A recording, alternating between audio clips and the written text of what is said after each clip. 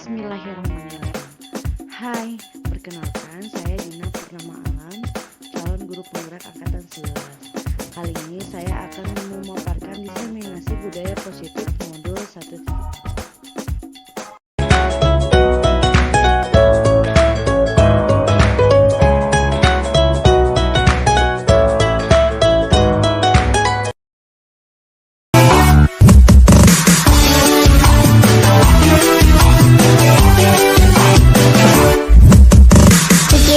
Bam bam tiki tiki boom, tiki tiki bam bam tiki tiki boom, bam bam boom boom, bam bam boom, tiki tiki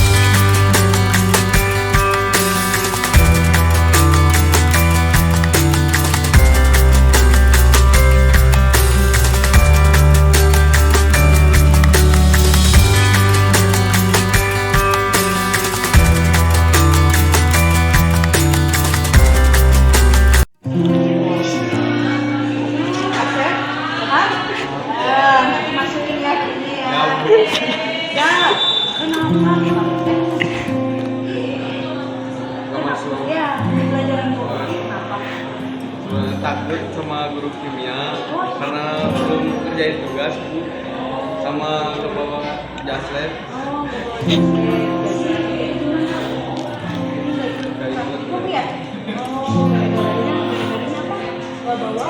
Jas lab sama belum kelas.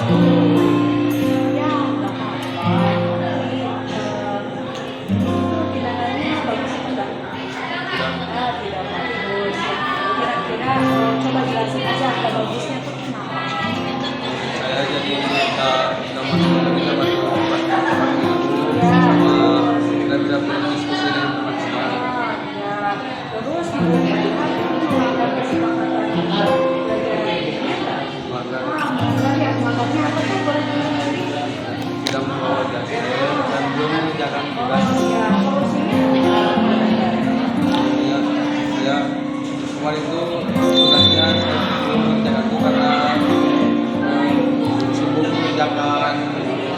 tugas yang lain. Oh ya, terus apa lagi? Ya, belajar apa? Oh, Oh, lupa. Solusinya harusnya kayak gimana? Kalau manage waktu juga ya, biar semuanya ngerjain ya, sama komunikasi juga ya, sama apa lagi? Kalau buang ini terus gimana? minta maaf. Oh, harus minta maaf ya. Jadi jangan diulangi lagi ya. Oke? Wah, minta maaf ya, jangan lupa ya. Oke, makasih ya, sama-sama.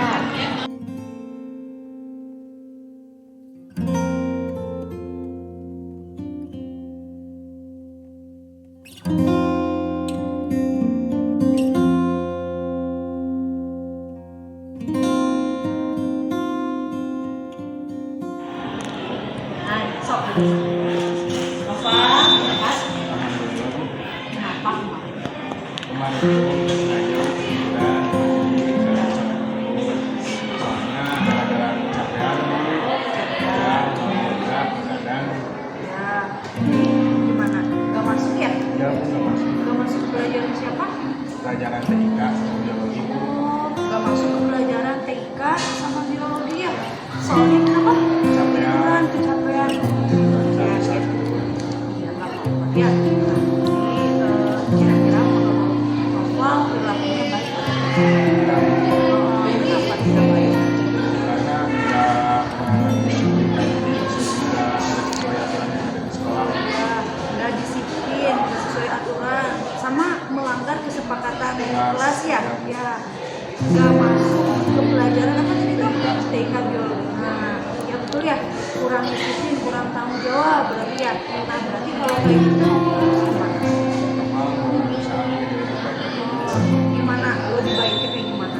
mau mengatur waktu yang lebih baik ketika beribadah Ya, atau juga agar kesehatan oh, saat itu jadi bisa rajin masuk ke kelas itu. jadi nggak ketiduran lagi ya setelah sahur ya, sama harus minta maaf ke siapa? Guru TK sama guru ya. Jadi harus istirahat yang cukup, jangan bergadang dan jangan lupa minta maaf juga ya guru TK sama guru biologi ya. Jangan diulangi lagi ya. Oke, siap. Oh. Sehat-sehat ya Novel ya.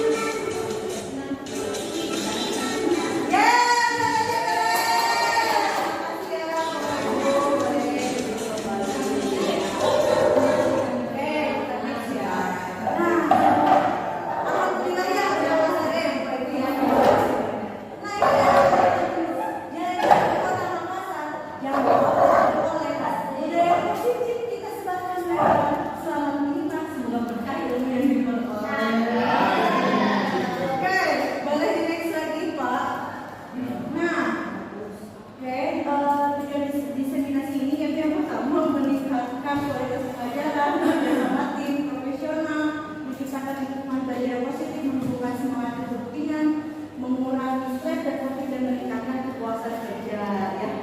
Oke, kita next lagi. Nah, jadi sebelum menjelaskan tentang disiplin positif ini ada perubahan paradigma belajar dulu ya. Jadi intinya pembelajaran paradigma baru itu memfokuskan peserta didik sebagai pusat dalam kegiatan pembelajaran atau pembelajaran paradigma baru ini menggunakan metode sensoria jadi pusat pada murid dan ditulis sebagai fasilitas utama dalam pembelajaran. Oke, next Pak. Nah, pertanyaannya apa itu budaya positif? Ada yang tahu nggak budaya positif itu apa ya? Ada yang mau jawab? Kira-kira budaya positif itu apa ya? Kebiasaan Betul. Itu ya kebiasaan yang baik ya. Jadi benar ya, di budaya positif itu merupakan salah satu kebiasaan yang baik. Oke, boleh next. Nah, selanjutnya ini ada budaya positif ya. Jadi budaya positif ini dalam konteks pendidikan dihajarkan menekankan bahwa kemerdekaan sebenarnya hanya dapat dicapai melalui disiplin yang kuat yang bersifat internal ya. Jadi memang tujuan akhir dari pendidikan ini menciptakan individu yang memiliki disiplin diri, yang bertanggung jawab atas tindakan mereka sendiri dengan motivasi intrinsik bukan karena tekanan atau paksaan dari luar. Jadi kita sebagai pendidik itu penting untuk membantu anak-anak mengembangkan disiplin diri sehingga mereka dapat bertindak sesuai dengan nilai-nilai kebijakan dan memiliki tanggung jawab terhadap diri mereka sendiri. Oke, boleh next. Nah, mengenai ini kita akan membahas apa aja. Yang pertama itu disiplin positif dan nilai-nilai kebaikan universal.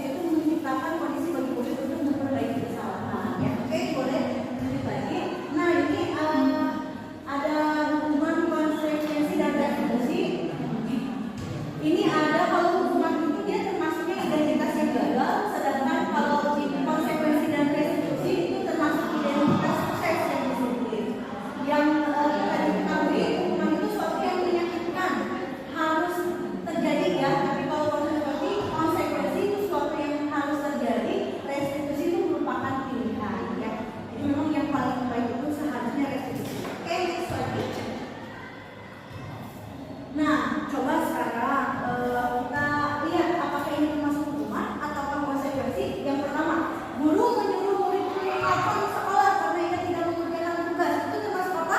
Hukuman. Ya, menggantikan kertas tugas ulang yang telah dicoret-coret. Menggantikan. Kenapa konsekuensi?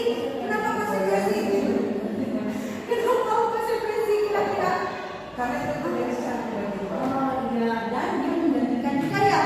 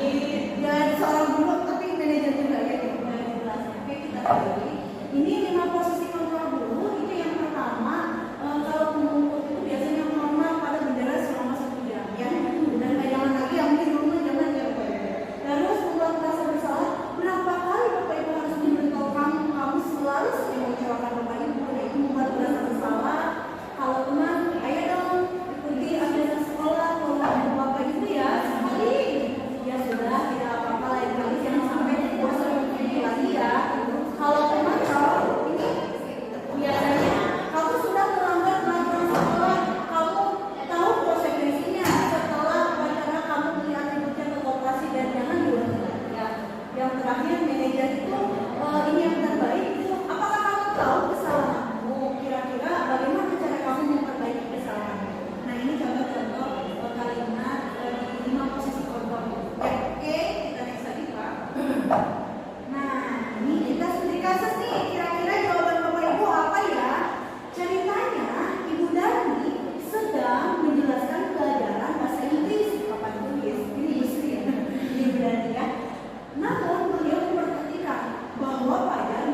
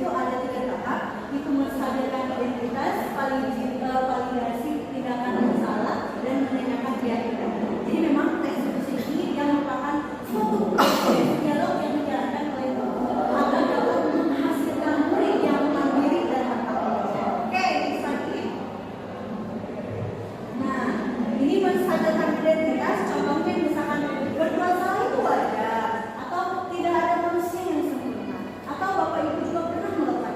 Ya, oke, next lagi Pak.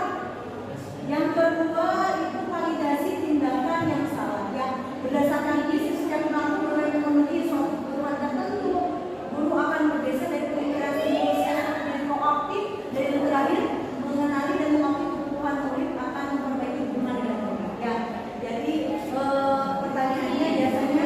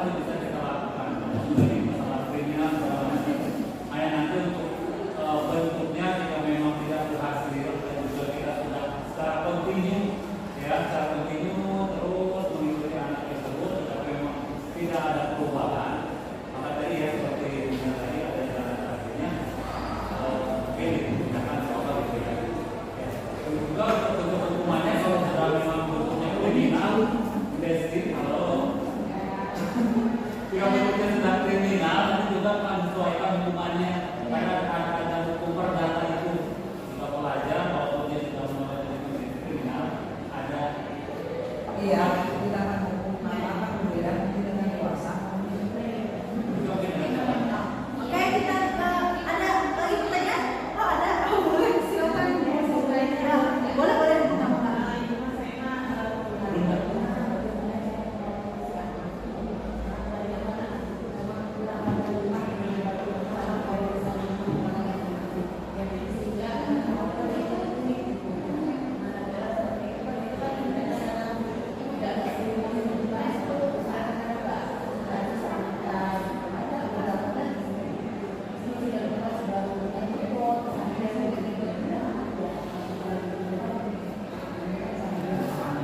Siap, Musri, terima kasih. Bagaimana cara memotivasi yang notabene anak dengan latar belakang yang berbagai macam ya berbeda.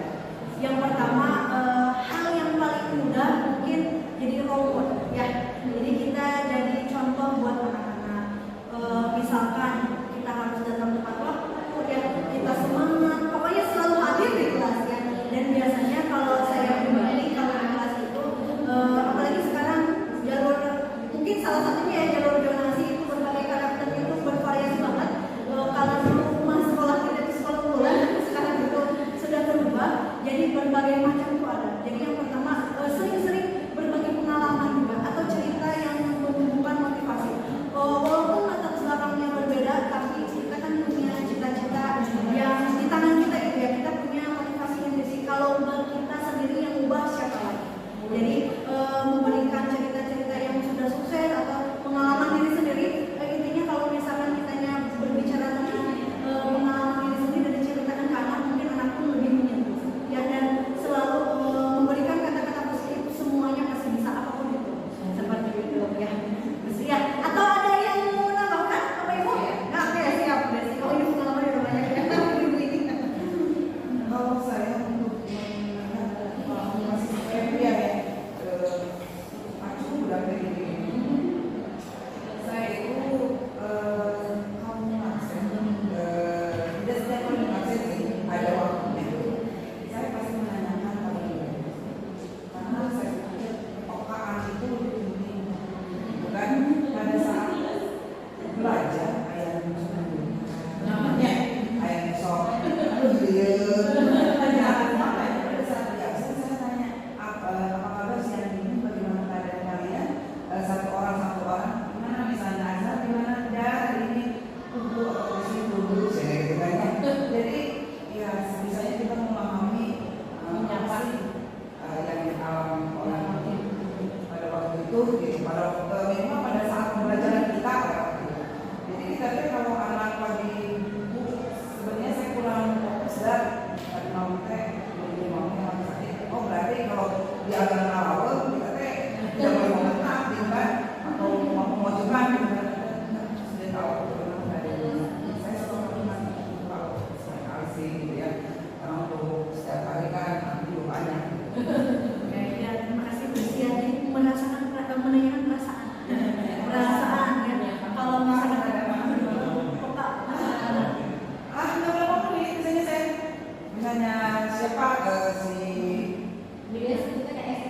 oh iya emosional ya. sudah misalnya nggak berapa menit pas saya nanya aja misalnya hari ya bu gimana nih apa ini cuma saya nanya ibu saya juga bilang pasti di antara kalian juga nggak bakal ada jujur banget karena kan ini kan di depan teman-teman bukan ini kan tapi setidaknya saya merasa oh anak aku baik-baik aja.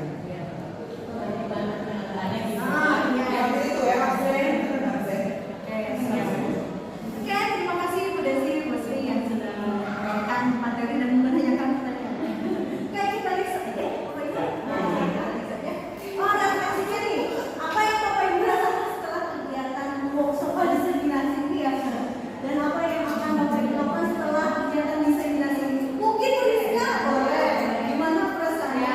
Saya sangat setelah kita menyampaikan diseminasi ini dan saya juga menambah juga pengetahuan tentang salah satunya paling menarik tentang negara situasi dari beberapa kegiatan